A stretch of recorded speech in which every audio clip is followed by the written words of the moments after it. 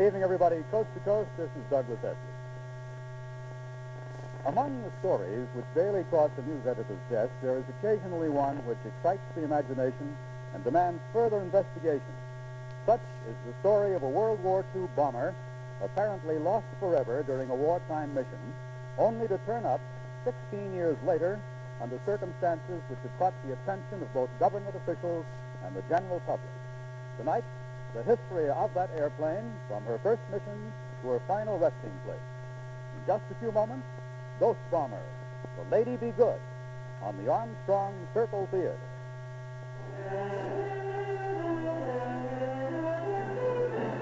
Armstrong Circle Theatre.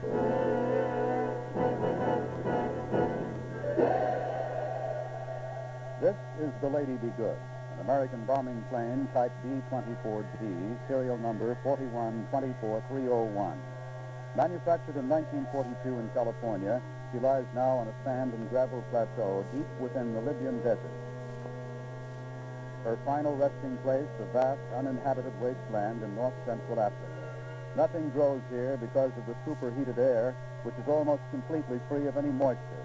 Only crudely mapped and almost completely uninhabited, the Libyan desert remains one of the most desperate areas on the face of the globe, yet here lies the Lady Be Good.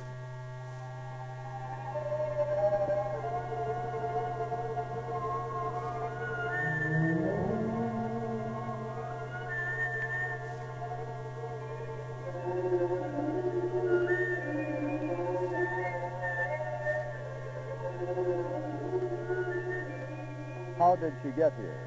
The answer can be found only by fitting together, as in a giant jigsaw puzzle, all the known facts about this plane and her crew. Her story begins in the spring of 1943, a fateful spring in the outcome of World War II. Europe is still in the hands of the Axis, seemingly impregnable in the west, still holding a firm front deep in Russian territory, secure to the north with the occupation of Norway. Only southern Europe, the French coast and the Italian boot, offering an inviting target for Allied invasion. Allied victories in the desert warfare of 1942 present the British and Americans stepping off points for this invasion, and airfields from which to soften enemy resistance in Italy, Sicily, and southern France. But these airfields must be hurriedly carved from the desert floor. If southern Europe is to be invaded in 1943, there is no time to wait for concrete landing strips, nor is there time to wait for well-trained airmen. Instead, men such as these, pilots, navigators, bombardiers, American airmen with little or no combat experience, must bear the burden and drive against the enemy. These men are members of the 376th Bomber Command, 9th Bomber Command, their base, Soluk, Libya, 30 miles south of war-torn Benghazi. The date, April 4, 1943. This pilot is First Lieutenant Paul Solon, age 22, hometown Brooklyn, New York. This pilot is Solon's friend since early training days, First Lieutenant William J. Hatton, Hatton's home, Queens, New York. His age 26, his plane, the Lady Be Good. All right, gentlemen, if you'll give me your attention. Today's primary target will be Naples. You'll be hitting the dock area.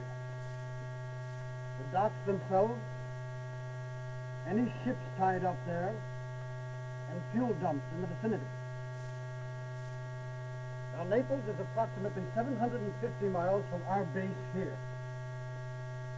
You'll go by way of Cape Rizzuto, lie west to 39 degrees north latitude, 13 degrees 10 minutes east longitude.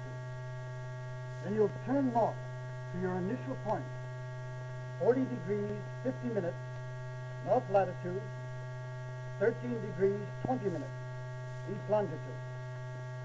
You'll turn at your initial point and make your bombing run at 90 degrees at 23,000 feet.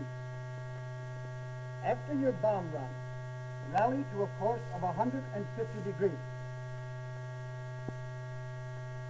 On the way home, you'll stay together until you hit the Mediterranean at the bottom of the boot. Then return individually to salute. Your alternate target, if for some reason you can't hit Naples, is here, Crotone. on the southwest edge of the Gulf of Taranto.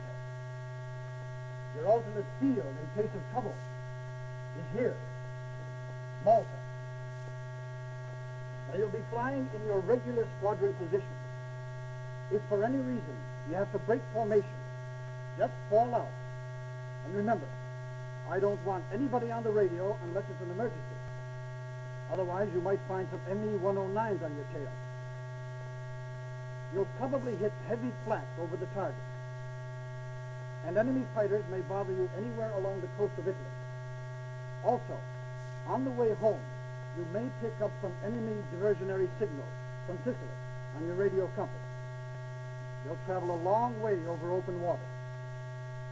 You'll be carrying 9 500-pound general-purpose bombs. All right? Let's check out the weather. You'll have headwinds on the way over, 20 knots at ground altitude and about 80 knots at flight altitude. Rain probably over the Mediterranean. Some ground haze at the target, otherwise clear. Your cloud formation will run cumulus and stratocumulus over salute from 5 to 15,000 feet. Your takeoff time is 12:30 hours. Any questions? All right. Good luck. These men, almost all new arrivals from training bases in the States, represent the only B-24 mission from Africa on this day. Have a good trip, Bill. Well, I got a good crew, Paul. Well, once you get this one under your belt, it'll even be a better one. We were all scared stiff my first the other day. We didn't start acting like a team till we were halfway back. Well, I'm glad my aircraft's ready to go today. I didn't mind flying co-pilot with her day before yesterday, but I'd rather have my own plane. Well, you got it. Good luck. Same to you. This is the formation that the 376th Bomber Group flies on April 4th, 1943. Essentially 4 boxes with 6 aircraft in each box, except the third box, in which there are 7. Lieutenant Fallon is in the first box. Lieutenant Hatton, in the Lady Be Good, is in the 4th box. The first 2 boxes, designated A section, will fly some 20 minutes ahead of and out of visual contact with the last 2 boxes, or B section. This is Soluk, air pleasant clouds of sand whipped up by spinning propellers and occasional sand storms. Sand which clogs engines, fouls instruments, that sort of thing. Plenty of trouble.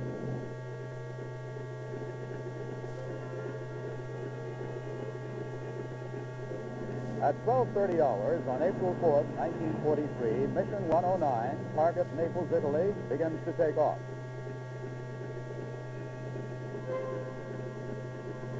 By 12:45 hours, the section clears the field.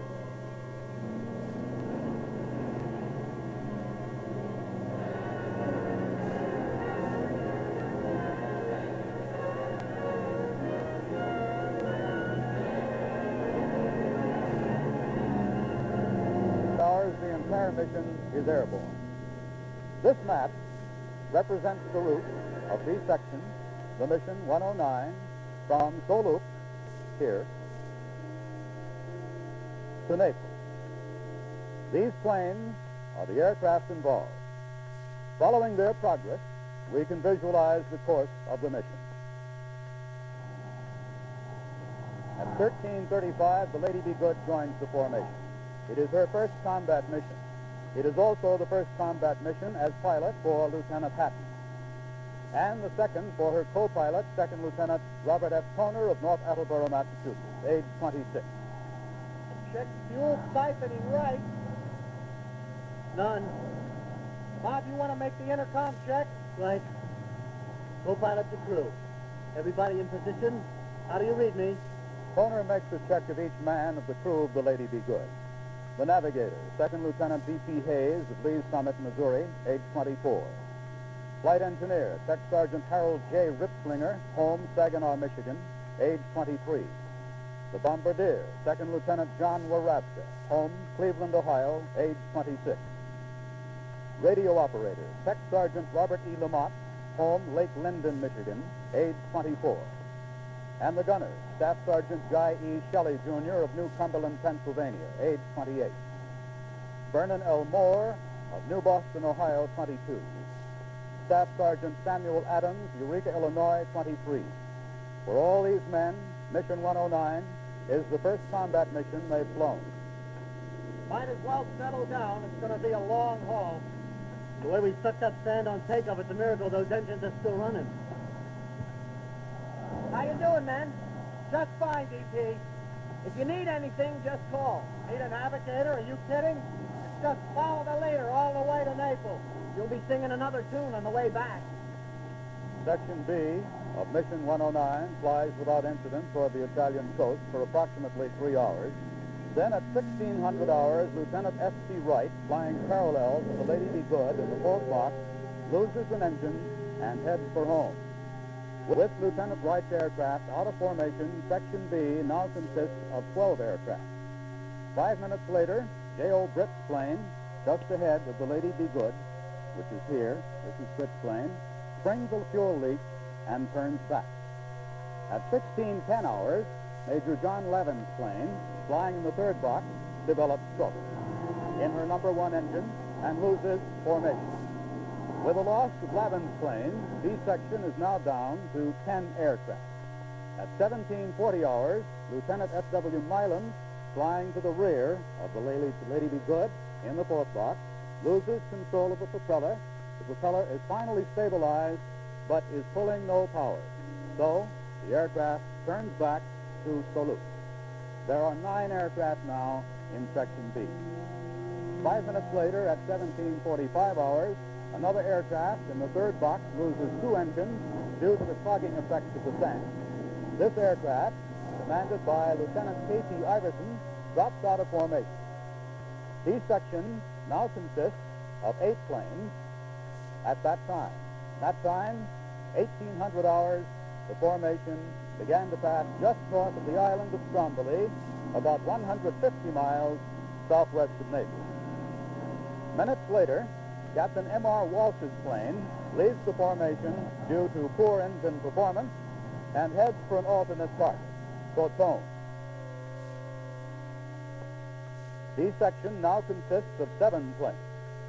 This number drops to 6 10 minutes later when Lieutenant E.J. Feely's aircraft, leading the fourth box, loses power in her number 3 engine and heads for home. Hey, we're getting to be a chummy little crew. No sweat for us yet, and I got my fingers crossed. Bill, we're really getting up there. How about oxygen? Right. Pilot the crew, pilot the crew. Okay, let's get on oxygen, fellas. And DP, give me a position, will you? The way these birds are dropping out, we may be leading this wingding any minute. Navigator to pilot. Getting on oxygen in position coming up.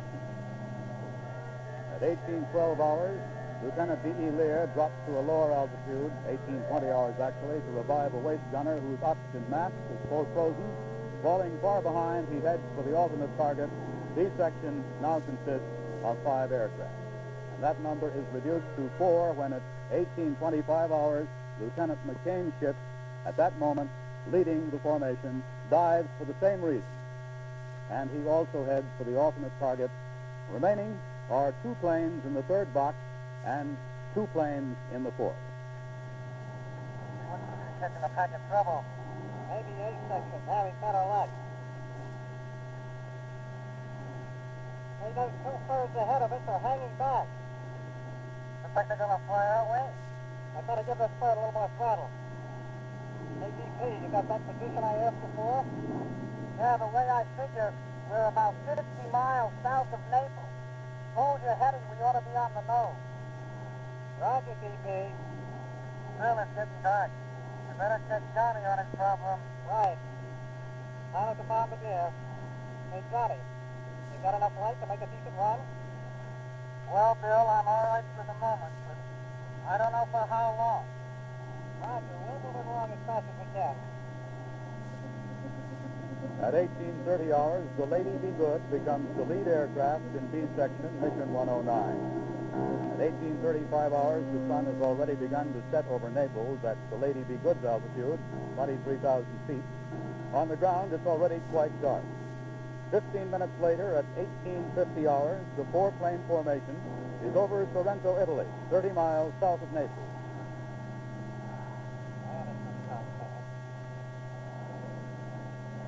I don't think we're going to make it. Pilot to bombardier. Johnny, what's the story on your light conditions? We've had it, Phil. I'd have to have the Chicago fire down there to make a decent run. Roger, Johnny. What do you think? I think we turn around. You want me to get in touch with the other birds? No, they'll follow me when I head for home. I better get a heading. Pilot to navigator. CP, give me a heading for Salute. We're going home. At 1853 hours, with darkness closing in, on the radarless Lady Be Good, the navigator plots a course on which to return to Solu. Thanks, CP. Heading 150. How about an ETA, DP? Hatton also requests an ETA, or estimated time of arrival at Soluk, based on airspeed, altitude, wind, and heading. ETA 2215. ETA 2215. Okay, let's head for home. At 21:45 hours, Lieutenant W.C. Swarner's aircraft lands at Soluk, to be followed at 22:10 hours by Lieutenant L.A. Worley's aircraft. Lieutenant E.A. Gluck, who has run low on fuel, has already landed at Malta, the nearest friendly air base.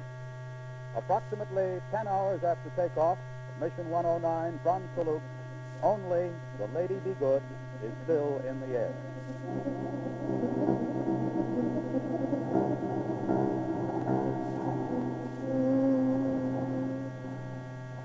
And what about flak over the target? There was plenty of it, Major. You could get out and walk on it. My aircraft looks like a sieve. 20-some-odd holes, 2 control cables shot away. Did you have any trouble getting home? Oh, we picked up some enemy diversionary signals on our radio compass from Sicily, but we homed in pretty good and caught the light beacon about 50 miles out. Right. Do you have anything to add? No. Okay, that'll be all. Thank you, Lieutenant. Lieutenant Swan. According to routine procedure, each pilot is interrogated immediately after returning from his mission by the group intelligence officer. Hey, Wallace, what time did you touch down? About 5 minutes ago. Hatton come in with you? Not that I know of. Some planes still up there, though. Getting late. Maybe they landed at Malta. Yeah. Could be. The time, 22:15, the estimated time of arrival of the Lady Be Good at Soluk. But the Lady Be Good is still in the air. It ought to be any minute now.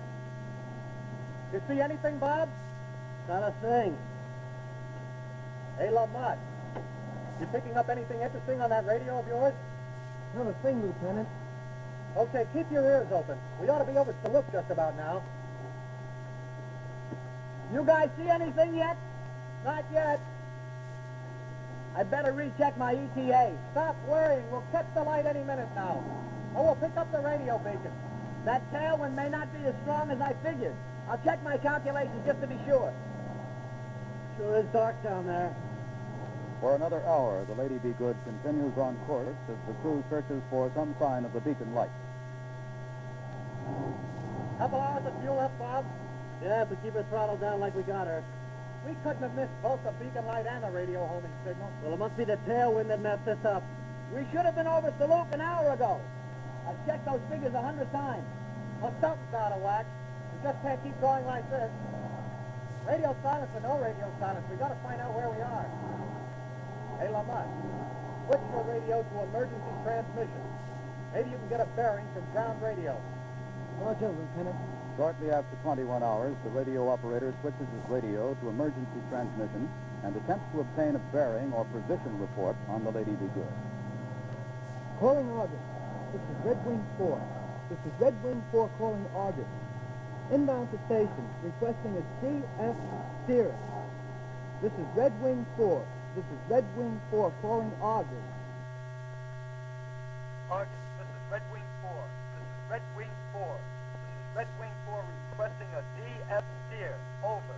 The Lady Be Good's call for help is received at this station at Bamina, 14 miles from Soluk. an HFDF station. HFDF standing for High Frequency Direction Finding Station, manned by the British with American liaison personnel. I'm getting an emergency signal from one of your aircraft, Lieutenant. Red Wing 4?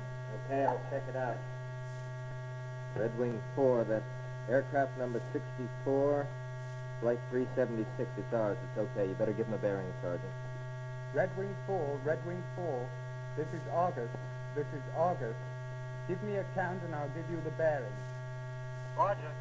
1, 2, 3, 4, 5, 6, 7, 8, 9, 8, 7, 6, 5, 4, 3, 2, over. Roger, Red Wing 4. Your bearing is 330. Acknowledge. Your bearing is 330. Acknowledge. They're right on the line. They ought to be coming in any minute. Red Wing 4 confirming bearing 330. Confirming bearing 330. Roger, Red Wing 4. Over. Red Wing 4 out. Red Wing 4 out. This emergency call marks the last sign of the Lady Be Good for more than 15 years, and is the end of the first part of her strange history.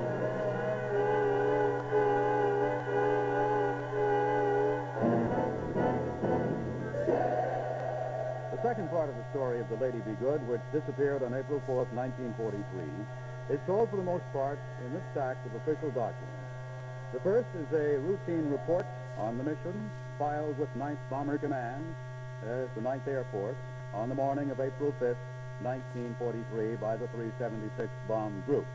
The report, classified most secret, ends with these words: Aircraft 64, Lieutenant Hatton, unaccounted for. The next document is dated exactly a year later, April 5th, 1944. And this is a report made by the Status Review and Determination Section of the U.S. Army's Adjutant General's Department. In this routine determination of status, the following recommendation is made. Contrary, from either the Prisoner of War Bureau or the Memorial Division or any other official agency, we recommend that the crew of the B-24D, which disappeared on 4 April 1943, be presumed dead in action. The next official mention of the Lady Be Good is made in this report of an investigation of the Naples area by an officer in the Air Corps Casualty Clearance Detachment, dated April 9th, 1946. I made an investigation attempting to find pieces of a B-24D aircraft, serial number 4124301, and remains its crew. I covered the port area from Castel Belove to San Giovanni, questioning fishermen, longshoremen, dockhands, port guards, and even casual idlers, without eliciting any information concerning the above-mentioned plane. 2 years later, on June 15, 1948, another and final report is made by a board of officers of the American Graves Registration Service, the unit responsible for the identification and burial of American war dead. Considering the case of the Lady Be Good as part of its routine review procedure, the report concludes with the following recommendation. In view of all evidence presented at this meeting and herewith attached, it is the recommendation of this board that no further attempt toward identification or recovery of the officers and enlisted men of the B-24 identified herein be made, and that their remains be declared non-recoverable, and that the case of Lieutenant Hatton and the crew of the B-24D, serial number 41-24301, be declared officially closed. With this document, the second part of the story of the Lady Be Good is over. The plane and her crew ceased to be of active concern to the United States government. No clue to the Lady Be Good's fate had been discovered. There was no reason to imagine that any would be. But 11 years later, the third chapter of the Lady Be Good story began. In May 1959, a British oil exploration team, using specially devised desert vehicles and penetrating deep into the Libyan desert, came across this propeller.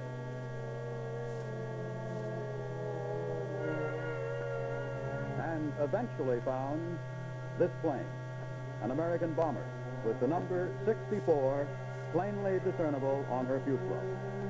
After 16 years, the Lady Be Good had reappeared. Now, the exact point of the Lady Be Good's final resting place is here, at the end of a direct line from Naples through Toulouse, to this point. 26 degrees, 42 minutes, north latitude, 24 degrees, 1 minute, east longitude.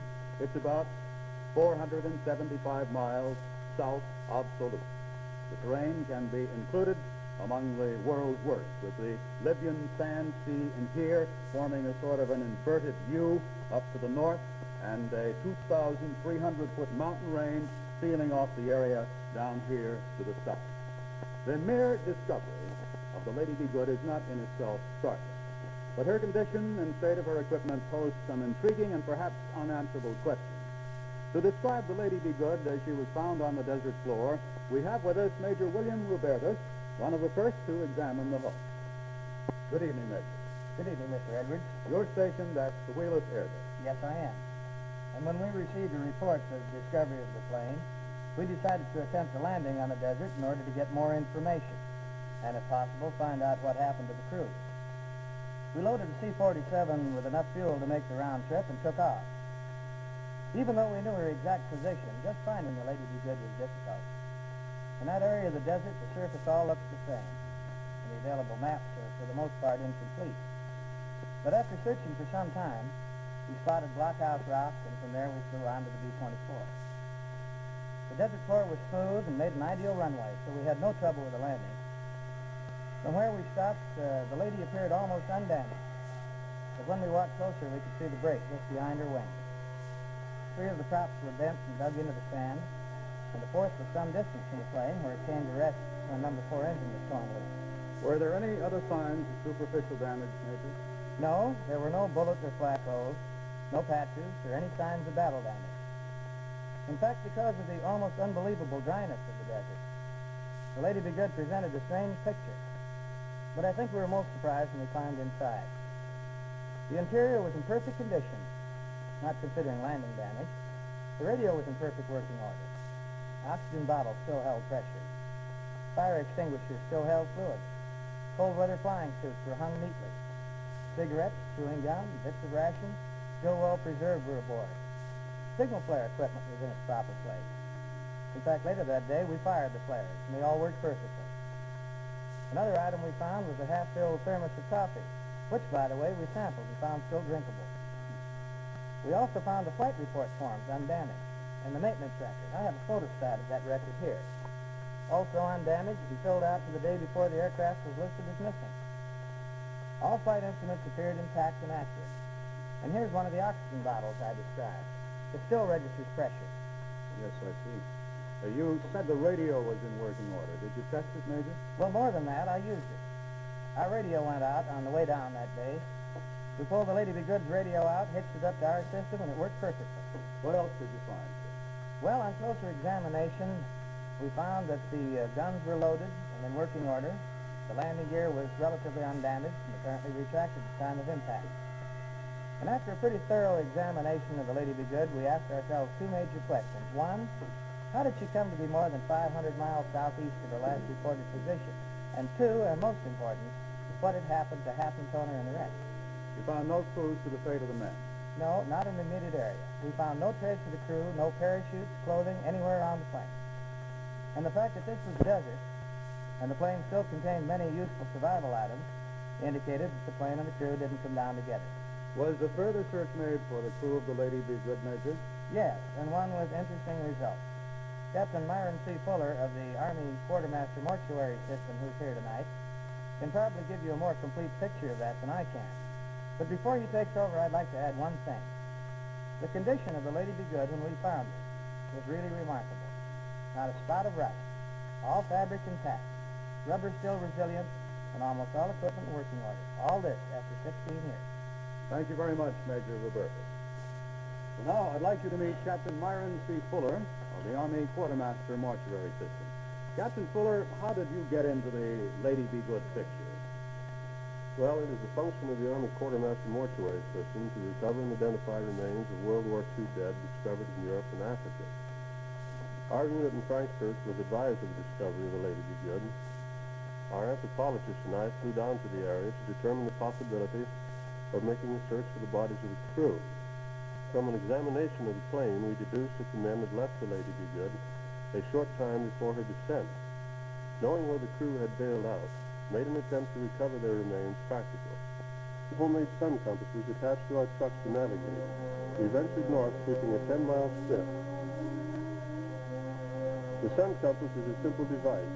Once the vehicle is placed on the desired course, the driver can hold direction by keeping the shadow on the same line on the board. On the first day of the sweeping action to the north, we discovered these boots. They undoubtedly belonged to one of the crew of the Lady Be Good. They were probably taken off because of their weight and heat.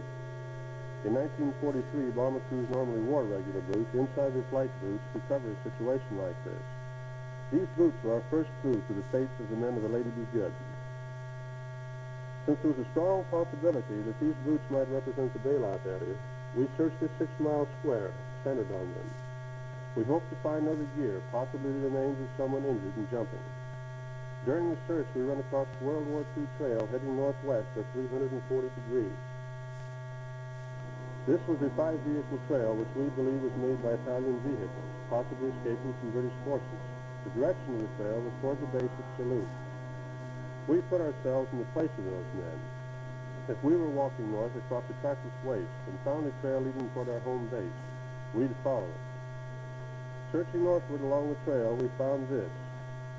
A parachute laid out in the form of an arrow pointing northward along the trail. It was weighed down with rocks to keep the shape of an arrow and to keep it from blowing away. Continuing northward that day, we found 6 more of these markers. Later, we were to find the remaining 3. In addition to the chute markers, we found another pair of boots, shroud lines, helmets, and harness straps. Then, just beyond the last marker, we found this other trail, crossing and running northeast into the Sand Sea. These 2 trails, then, centered our search. We then filled in the triangle between them and searched the jump area. Remains of the crew were not in this area. 2 additional search missions then completed our work. First into the sand west of Blockhouse Rock, looking for remains reported in that area. There was only the skeleton of a large bird, however. Second, we searched north into the Sand Sea to confirm and deny reported abandoned vehicles and remains. They were not in the area reported. What is your theory as to the fate of the men of the Lady Be Good, sir? We feel that the men bailed out and walked north individually until they struck the World War II trail. Here they left their chutes as markers and followed the track northward. They had no idea, we feel, that they were more than 400 miles from Benghazi. Trudging along north, they could see the dunes 25 miles ahead. Probably staggering from thirst and exertion, the men must have associated these dunes with those along the coast. We feel that they staggered on into the dunes and died, and their remains were buried with the shifting sand. Thank you very much, Captain Fuller. Painstaking work by both Army and Air Force personnel have brought together all the available information concerning the fate of the Lady Be Good. This information, when it's assessed and analyzed by experts, can help us begin to fit the pieces of this strange and giant jigsaw puzzle together.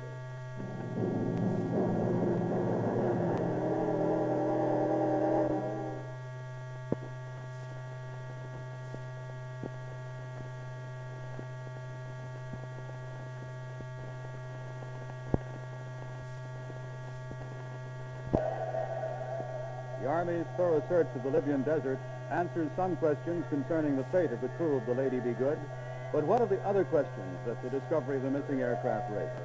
How did the Lady Be Good end up more than 400 miles away from her home base? And why did her crew leave the well-stocked aircraft, which contained a radio in working order, to strike out across unknown terrain? Well, to find out answers to these questions, we have to know something about the navigational practices in North Africa at this time. With us tonight is Major Paul Fallon, who flew in the section ahead of the Lady Be Good on that April 4th, 1943. How are you tonight, sir? Good evening, Senator. What was Saluk like in April 1943, Major? Well, it was really just a sand strip surrounded by tents. The wind was blowing all the time, but even though it was rainy and wet, the surface would dry quickly. As a result, blowing sand was a major problem in maintaining our engines. This mission on April 4th was your 3rd combat mission, was it not? That's right. But it was Hatton's first, is that right? Not quite correct. At the time, it was standard procedure to assign newly arrived pilots to fly as co-pilots with more experience than for a mission or two. Although quite often, as in my case, A shortage of experienced pilots caused even the new pilots to go out on their first mission in command of their own aircraft. Bill did fly one mission as co-pilot on a plane which had to turn back 25 minutes out of salute with engine trouble. But for practical purposes, this was Lieutenant Hatton's real first mission, either as a pilot or a co-pilot. That's right. Did you yourself experience any difficulty returning from Naples on the night of April 4th, 1943? Well, Saluk wasn't an easy place to find. There were basically only two navigational aids. A visual one, a light beacon which was visible for about 50 miles, and a low-power radio beacon which could be picked up at best at about 70 miles of Saluk. Since Saluk was such a difficult place to find, my navigator and I decided to use celestial navigation, using the landfall method. Well, perhaps you could illustrate this for us.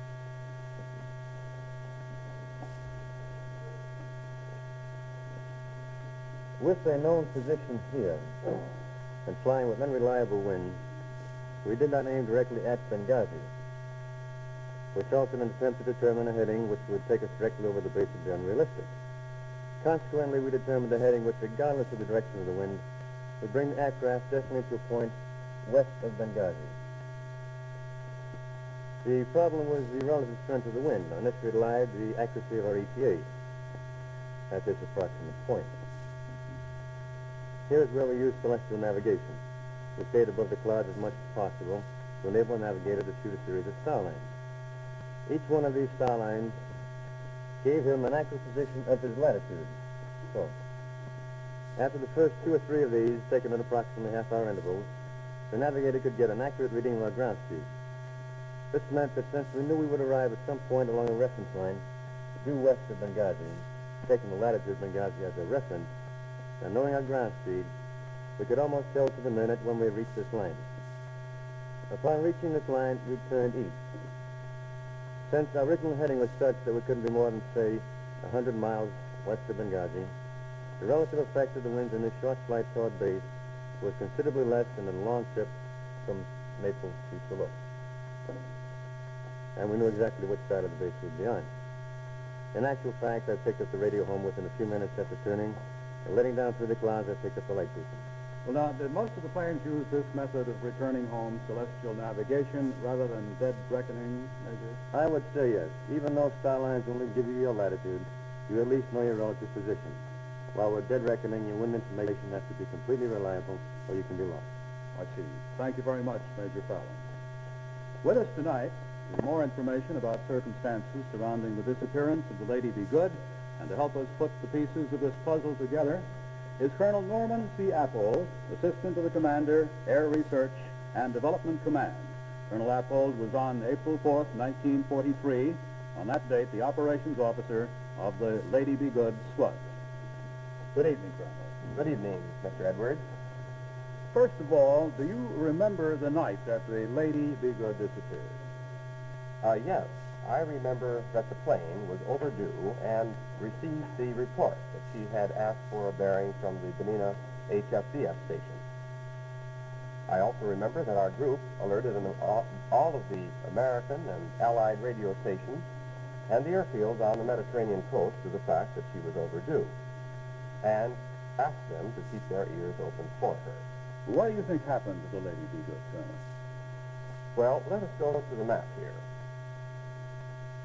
At a point south of Naples, when the Lady Be Good turned for home, the navigator provided the pilot with an ETA direct to Saluk, based on the known wind that had been given to him at the briefing. Now, herein developed some of the factors that ultimately led to the Lady Be Good's fate. In the first place, the winds were higher than were briefed. Secondly, there were shifting winds from the nose at the lower altitude of the returning aircraft. Third, the altitude that had been chosen by Lieutenant Hatton was for the purpose of providing celestial fixes on the way home because of the cloud cover at the lower altitude. Therefore, there were rather high tailwinds being experienced by the crew unknown to them. Now, the tailwinds increased the ground speed so that the aircraft arrival over Saluk would be well ahead of their calculated, estimated pilot arrival. The question of celestial fixes was explained, or could be explained generally this way. The crew was relatively inexperienced, and of course the navigator making his celestial fixes could not compare them to his satisfaction against the estimated times that he was making good. Therefore, he was somewhat concerned about this problem and probably did not place confidence in the celestial fixes that he was taking. Now there's another problem that was associated with the business of returning to Salute. Approximately 15 minutes prior to an estimated time of arrival, shall we say approximately there, the pilot will commence his descent to lower altitudes in order to prepare for the landing operation. And, of course, he would desire to turn on his radio compass in order to take a bearing to Salute itself. Now then, if he tunes in his radio compass and receives, shall we say, Salute, this particular point, the needle in the cockpit will swing around to the front of the airplane. I wonder if you'd explain that a bit more in detail, please, sir. Yes. I have here an indicator that is used in the aircraft of the type that Hatton flew. Now this indicator has a needle on it, and the receiver to which it is connected, the radio compass, is a receiver which automatically points to a radio station to which it is tuned. Now this indicator indicates to the pilot the direction of the radio signal. Installed as it is in the airplane, when it points straight up, it points to the nose of the airplane or to a signal which is in front. If instead the needle moves around and swings to the rear, it points to a signal that is behind the airplane. Now, we had pointed out earlier to you that Lieutenant Hatton made a descent which he believed to take place in approximately this position. In actuality, because of the high ground speed he was making good, he was in a position somewhat southeast of Salute, so that the needle of the radio compass swung to the rear. At this particular point, he was somewhat concerned. Having received a signal which indicated the pointing of a station to the rear of the aircraft, we feel that he estimated that he was receiving a signal from a very high-powered beacon station operated by the Germans in Sicily. Actually, he did arrive at a lower altitude, as he had planned to, but with that beacon station pointing to the rear, he was concerned and confused about this problem and continued on for some period of time, roughly 3/4 of an hour more. And as you will recall, attempted to contact then the HFDF station at Benina for a bearing. Would that bearing give the lady a fixed position, Tony? No, it would not do this. A bearing is really only a position along a line between the HFDF station and the aircraft. And that line could be either to the northwesterly direction, as in this case, or the southeasterly direction, and the crew, feeling that they were still north of the station, received what they thought the reassuring signal that they were inbound to Salute. They thought they were north. In reality, they were already far south. Couldn't they tell they were over the desert and not the Mediterranean? Not exactly. Actually, the light from the stars, which was about all they had to work with, is quite dim at night. And even from the lower altitudes, the sand looked much like the water. Some of the most experienced pilots and navigators were not able to distinguish the land from the water. There were no distinguishing marks. Do you feel the navigator was still taking star fixes? At this point, I seriously doubt this. After all, they had now flown approximately an hour and a half beyond their ETA. Their fuel was getting low, and they were anxiously searching for the coast. Well, now what about the radio? Why didn't they use it? Well, I frankly believe that they did use their radio again. Now, after all, the pilot was quite concerned about the situation that he was in, and he was attempting, I believe, in some way to ascertain his exact position, even to the extent of again turning on his command receiver and listening for signals that might give him a clue that he was in the vicinity of Salute. Actually, I believe that he might have transmitted on his VHF very high-frequency transmitter, which had shorter range than the transmitter of the radio operator, and requested some assistance in his dilemma. But he was too far south of Saluk to be heard. Pilots, of course, are eternally optimistic, and not having an exact idea of where he was, he continued to forge ahead. The entire crew was alerted for an emergency, and not wanting to bail out over water, they decided to maintain altitude as long as possible. One engine failed, and then the pilot returned the aircraft, still searching for what he thought was land ahead. Finally, after the second engine went out, they saw, we believe, what were the first signs of land, the dark and rocky patches ahead, the dunes against the low plateau. They believed now they were over land and continued southeast to find Saluk, Ben Mina, or Benghazi. Finally, the crew was alerted on standby, and I'm sure that Lieutenant Hatton advised them that in the event of bailout, since they had passed over a shoreline, that they should head north after bailout. The third engine failed, and the pilot then ordered bailout, made his final trim adjustments, and bailed out himself. Why do you think they made no effort to find the plane? Well, after all, at this particular point, they felt they had crossed some indication of a coastline, and they had better head north for that coastline rather than search for an aircraft which was lost in the desert to the south. They thought they perhaps even could make it in one night of marching, and they headed north into the sand seas instead of the water. What do you think are the major factors which contributed to the loss of the Lady Be Good, Colonel?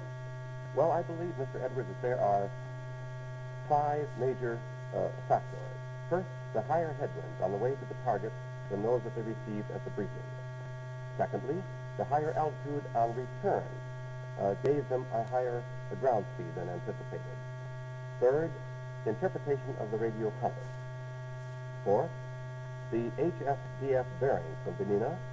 And fifth, the amazing similarity of the desert and water areas.